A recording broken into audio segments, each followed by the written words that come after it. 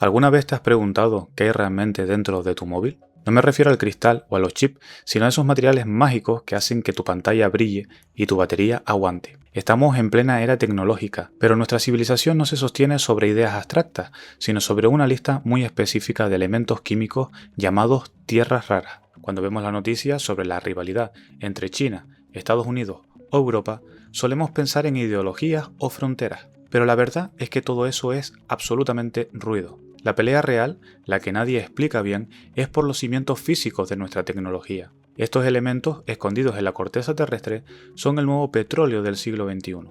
Sin ellos, el mundo se detiene por completo. Hoy vamos a entender por qué una piedra extraída en una mina remota vale hoy más que un misil táctico. Es un viaje para entender que nuestra vida digital tiene un peso físico real y que el mapa de poder ya no se dibuja con banderas, sino con minas y cadenas de suministro.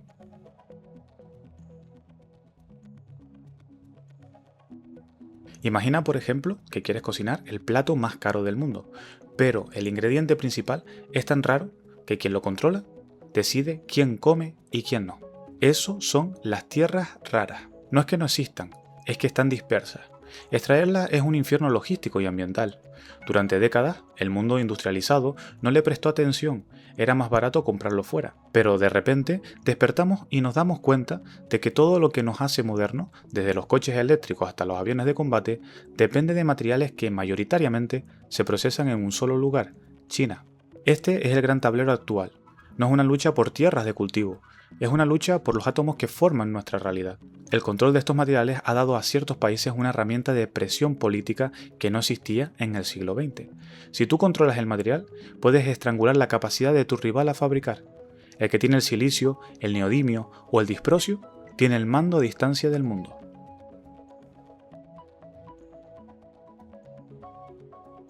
Pero, ¿cuál es el precio real? Debemos mirar el lado oscuro de nuestra comodidad. La extracción de estas tierras raras es un desastre ambiental. Imagina ciudades convertidas en zona de exclusión, donde el agua subterránea está teñida de metales pesados y el aire es irrespirable. Mientras nosotros cambiamos de móvil cada 2 años, en otras partes del mundo se paga un precio biológico altísimo. Queremos un mundo tecnológico, limpio y conectado, pero ese mundo se construye sobre una base de tierra sucia. La inercia económica es brutal. Nos hemos acostumbrado a precios bajos y a que la tecnología sea desechable, por lo que nos negamos a mirar de dónde viene lo que usamos. La geopolítica de los minerales no es solo una pelea entre gobiernos en despachos de lujo. Es una lucha silenciosa entre nuestra necesidad de consumo desenfrenado y la capacidad del planeta para soportarlo. ¿Te has parado a pensar alguna vez en el camino que ha hecho ese dispositivo que tienes en tus manos antes de llegar a tu mano?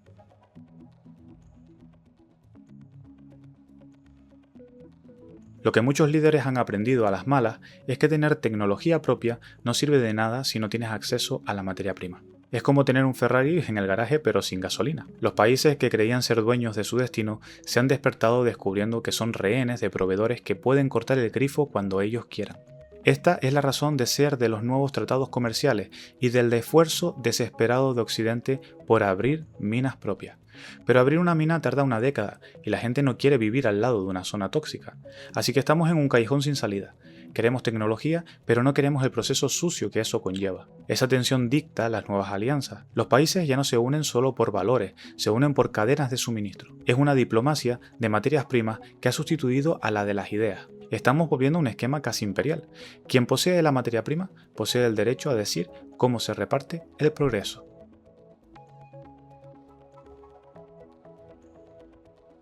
Aquí la historia se vuelve irónica. Nuestra mayor urgencia hoy, salvar el planeta mediante energías renovables, es lo que está disparando la demanda de estos minerales como nunca antes. Para construir una turbina eólica o una batería de coche eléctrico, necesitamos cantidades industriales de litio, cobalto y níquel. Estamos ante la gran paradoja. Queremos un futuro verde, pero para conseguirlo tenemos que expandir la minería industrial a una escala sin precedentes, a menudo en países donde las regulaciones ambientales son mínimas o prácticamente inexistentes. Estamos cambiando un problema de emisiones de CO2 por una devastación territorial. La pregunta que los políticos evitan es si esta transición es realmente sostenible, si, para lograrla, tenemos que esquilmar los mismos recursos mediante la logística depredadora que heredamos del siglo XVIII. Es un dilema ético que define nuestra generación. ¿Salvamos el aire a costa de destruir la tierra? Quizás la respuesta sea más incómoda de lo que nuestras campañas de marketing admiten.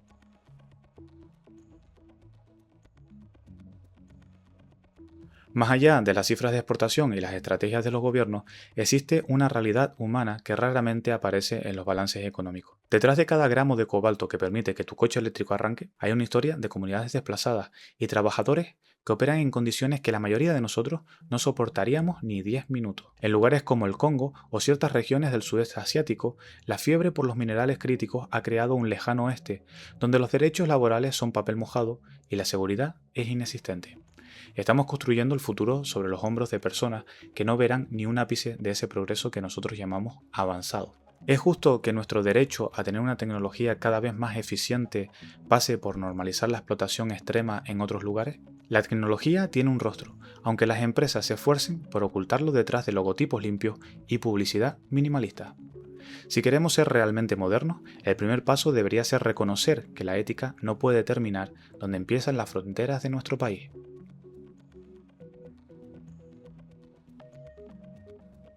Estamos en un momento histórico donde tenemos que decidir si vamos a seguir siendo esclavos de la geología o si seremos dueños de nuestra capacidad de inventar soluciones alternativas. La minería es, en esencia, un reconocimiento de nuestro fracaso en el diseño. Si tuviéramos que diseñar nuestra tecnología para que fuera realmente duradera y reciclable, la necesidad de abrir nuevas minas caería en picado.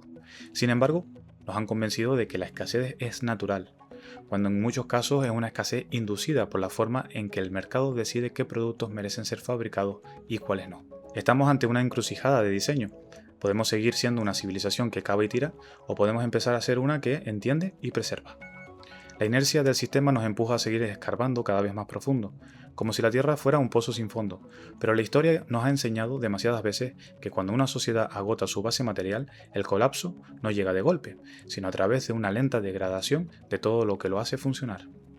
La pregunta real no es si encontraremos más minerales, sino si seremos capaces de vivir con menos, valorando el objeto tecnológico por su utilidad y no por su fecha de caducidad.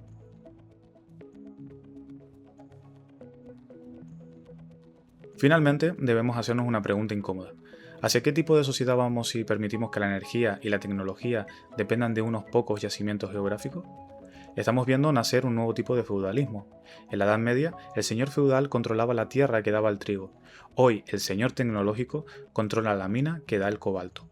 La lógica es la misma. Si no tienes el recurso básico de supervivencia, tienes el poder de legislar sobre la vida de los demás. Esto está creando un mundo de dos velocidades, centros de innovación frente a meros suministradores de materia prima. Si no logramos democratizar el acceso a estas tecnologías y a los materiales que las hacen posibles, estaremos construyendo un siglo XXI que, a pesar de su inteligencia artificial, se parecerá sospechosamente a los peores imperios extractivos que la historia ya nos obligó a superar.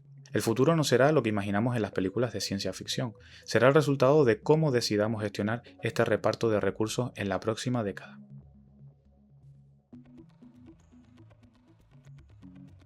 Al final, el precio de nuestro mundo digital es mucho más físico de lo que nos gusta admitir.